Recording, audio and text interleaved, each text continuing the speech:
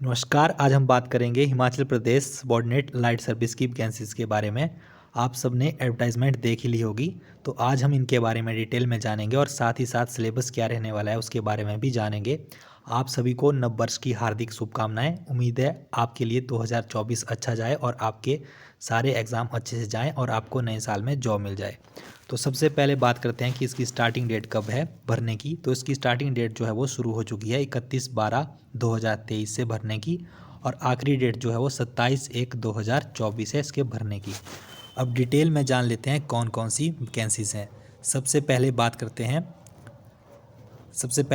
हैं इलेक्शन कानूनगो की। तो इलेक्शन कानूनगो की 15 पोस्टें हैं और इसमें अनरिजर्व की 9 पोस्टें हैं और unreserved ward of freedom fighter की 1 पोस्ट है। शेड्यूल कास्ट ऑफ एचपी 3 है, ईडब्ल्यूएस ऑफ एचपी 2 है। और पे स्केल आपका रहने वाला है पे बैंड लेवल 8 29,700 से लेकर 94,100 तक। इंडस्ट्रीज़ की बात करें तो इंडस्ट्रीज़ में एक्सटेंशन ऑफिसर की 9 पोस्टें हैं, जिसमें कि अनरिजर्व की 6 हैं और शेड्यूल कास्ट ऑफ एचपी की 1 है, ईडब्ल्यूएस ऑफ एचपी की 2 है। तो ये पोस्टें 15 हैं। इलेक्शन डिपार्टमेंट में 15 है और इंडस्ट्रीज़ में 9 है। तो उम्मीद से कम पोस्टें आई हैं, जैसा कि सबको इंतज़ार था कि एक्साइज एंड टैक्सेशन इंस्पेक्टर की भी आएंगी और अन्य पोस्टें भी आएंगी, लेकिन वो नहीं आई हैं। तो पोस्टें बढ़ाई भी जा सकती हैं, एग्ज़ाम होने से पहले कभी भी पोस्टें बढ़ाई जा सकती हैं। अगर पोस्टों का वैकेंट पोस्टें हैं उनको अप्रूवल मिल जाता है तो ये पोस्टें जल्दी ही बढ़ा दी जाएंगी। और इसके लिए क्वालिफ़िकेशन आपके लिए ग्रेजुएशन होनी चाहिए आपकी किसी भी डिसिप्लिन में, तो आप इसके लिए अप्लाई कर सकते हैं। और जैसा कि इस नोट में लिखा है कि नंबर ऑफ वैकेंसीज में भी increase decrease for which proper notice for the information of aspiring candidates will be issued.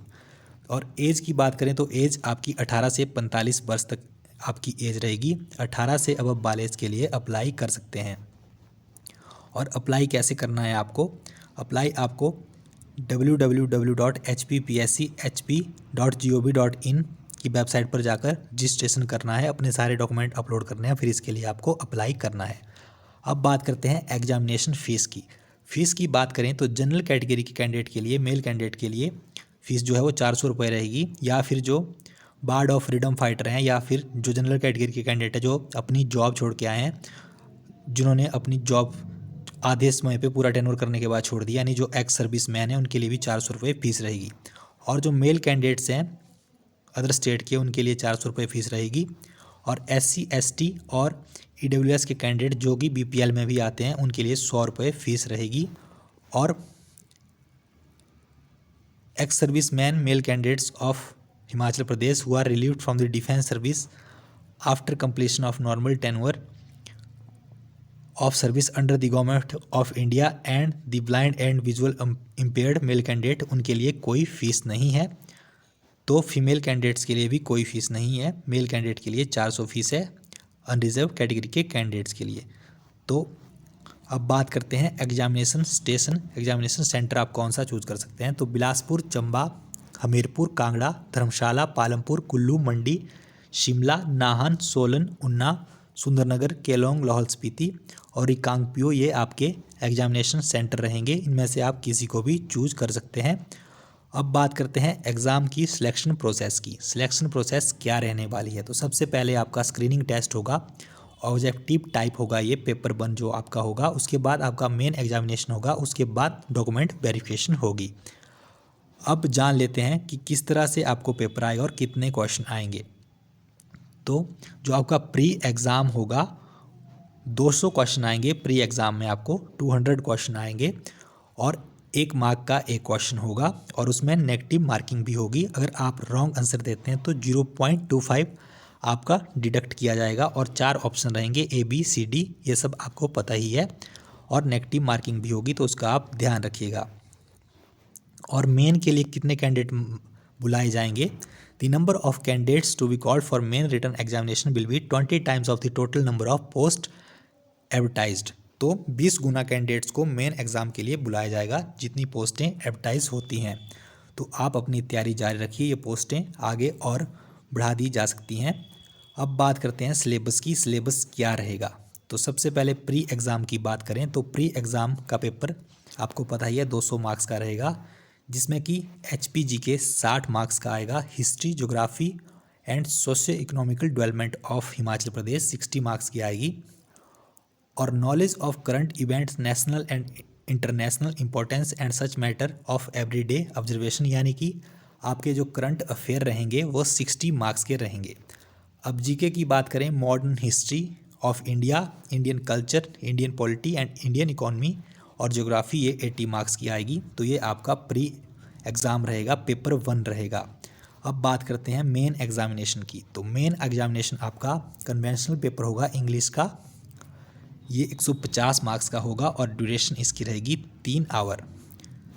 तो इसमें आपको क्या आएगा, इसमें आपको आएगा translation of an English passage into Hindi. ये इंग्लिश में आपको क्या आएगा, इंग्लिश के पेपर में आपको candidate will require to answer question design to their understanding of English and workman.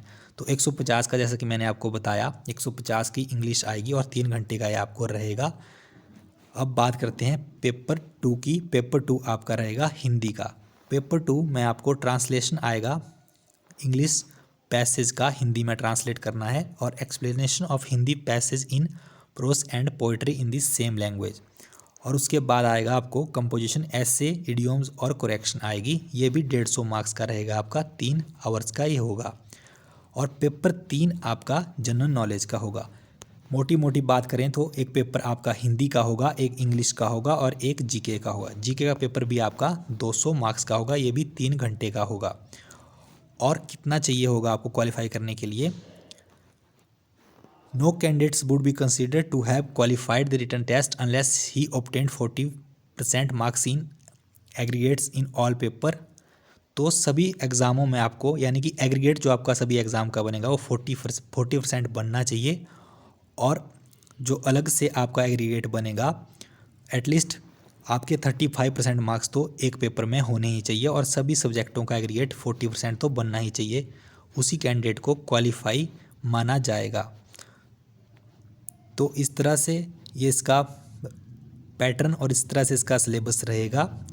अगर आपको बुक्स के रिगार्डिंग कोई वीडियो चाहिए तो आप कमेंट करके ज़रूर बताइएगा कौन सी बुक्स पढ़नी है और कहाँ से करंट अफेयर पढ़ने हैं। उसके लिए भी आपको अलग से वीडियो बना दी जाएगी। तो आप अपनी अच्छे से तैयारी कीजिए। उम्मीद है आपको वीडियो अच्छी लगी होगी। तो वीडियो को लाइक ज़रूर करें और चैनल को सब्सक्राइब करना ना भूलें। धन्यवाद।